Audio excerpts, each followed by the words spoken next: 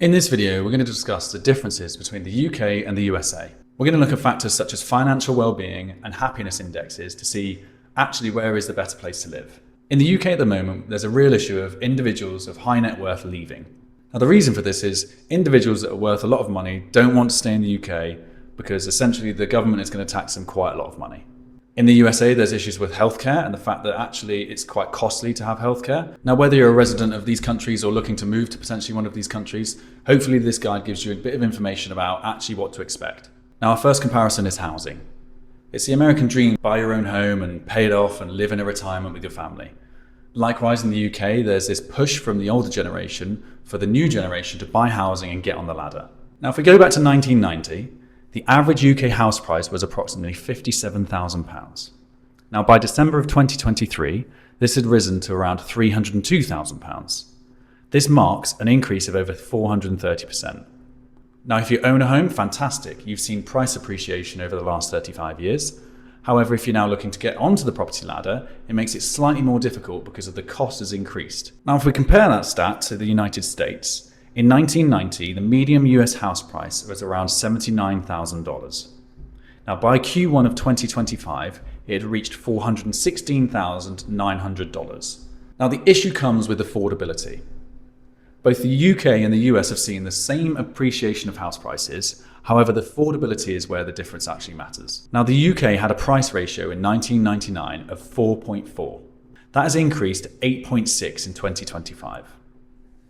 What this basically means is that the average house price in the UK was 4.4 times your salary in 1999. In 2025, that's increased to 8.6. Now, comparing that to the US, they've had a steady increase. It's gone from 4.4 to roughly 5, basically staying the same. So if you're buying a home, essentially from this metric here, the US wins this one.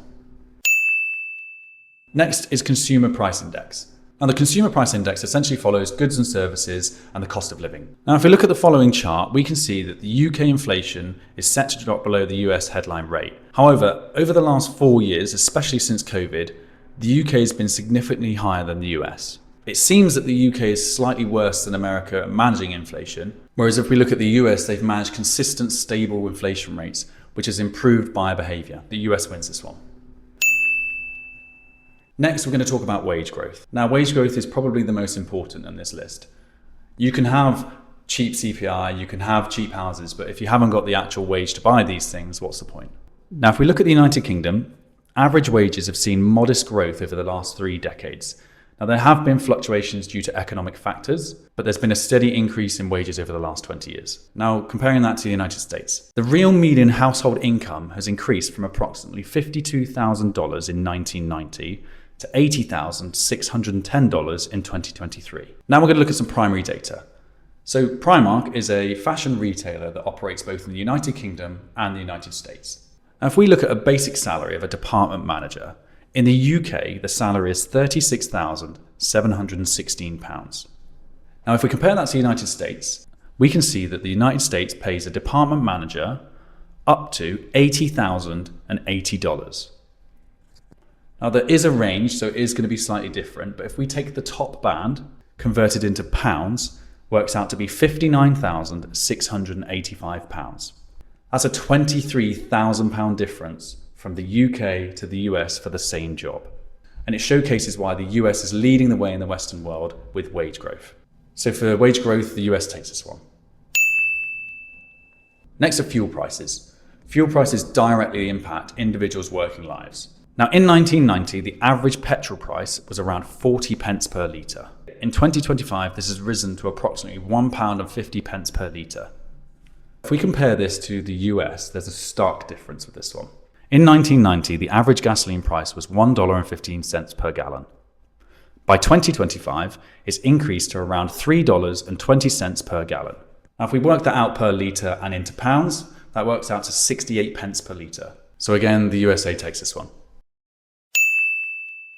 Next up is working hours. Work-life balance is key. Although you might be earning more money in the USA, actually, how many hours are you working for that money? Now, in the UK, the average full-time worker works 36.4 hours in a week. Now, if we compare this to the USA, the average full-time worker in the US works approximately 41.5 hours per week.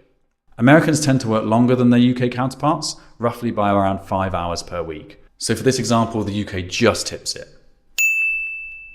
Next is taxation. Now, it's all well and good earning all that money in America, but if you're taxed through the nose for it, then essentially what's the point of earning it? In the UK, we have 3 levels of individual income tax. The taxation in the UK is extremely high, and for individuals, this is why they're leaving. Now, if we compare that to the USA has a federal income tax rate that range from 10% to 37%.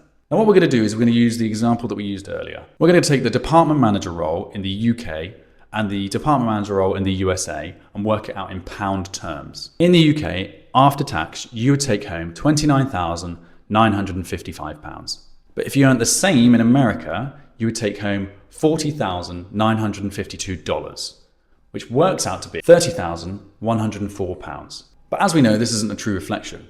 Because you're paid £29,000 more in the US for the same job in the UK, your tax is totally different. So the true figure is, in the USA, you would earn over £45,000.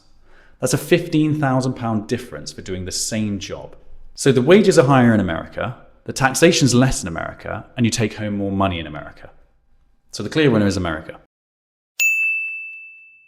Next is financing retirement. We want to look at how much the individual in America versus the UK have in their retirement funds. Now, in the UK, the average income for a single pensioner is £282, equating to roughly $14,664 annually. Now, compare that to the United States, the average retirement savings for all families is £333,940. Americans tend to have more retirement savings than the UK.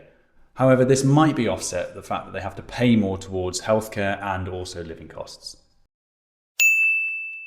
Lastly is happiness index. Now, economic and finance are extremely important, but actually we need to look at the happiness index. If you're not happy, why would you live there? Every year, the World Happiness Report releases a list of the happiest places to live in the world, and it ranks them from first to last. Now, in 2025, the UK ranked in 23rd globally.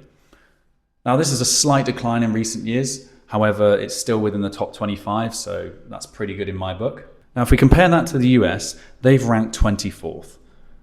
Now, this is the first time that they've been marked outside the top 20. Now, both countries have seen declines in their happiness rating, with the major clue coming from the younger generation reporting lower satisfaction rates. So how do they stack up? As you can see on screen, the US seems to come out on top. The US seem to have more affordable housing and higher wages, but they work longer hours for it, and it's reported that they're not as happy as the UK. The UK has healthcare benefits, lower working times, and paid vacation. Now, financially, the US wins. If your goal is to earn money and buy a home, clearly the US comes out on top. But if your goal is to be happy, and it doesn't include financial gain, maybe the UK is better. One thing I would say on this, though, is that the US is so big, and from state to state it's going to range dramatically. Even in the UK, an individual in Birmingham versus the southwest of Cornwall is going to have drastically different opinions on their happiness rating. So what's your opinion? Are you Team USA or Team UK? Let me know in the comments. My name is David. This has been Wealth Fund 21, and thanks for watching.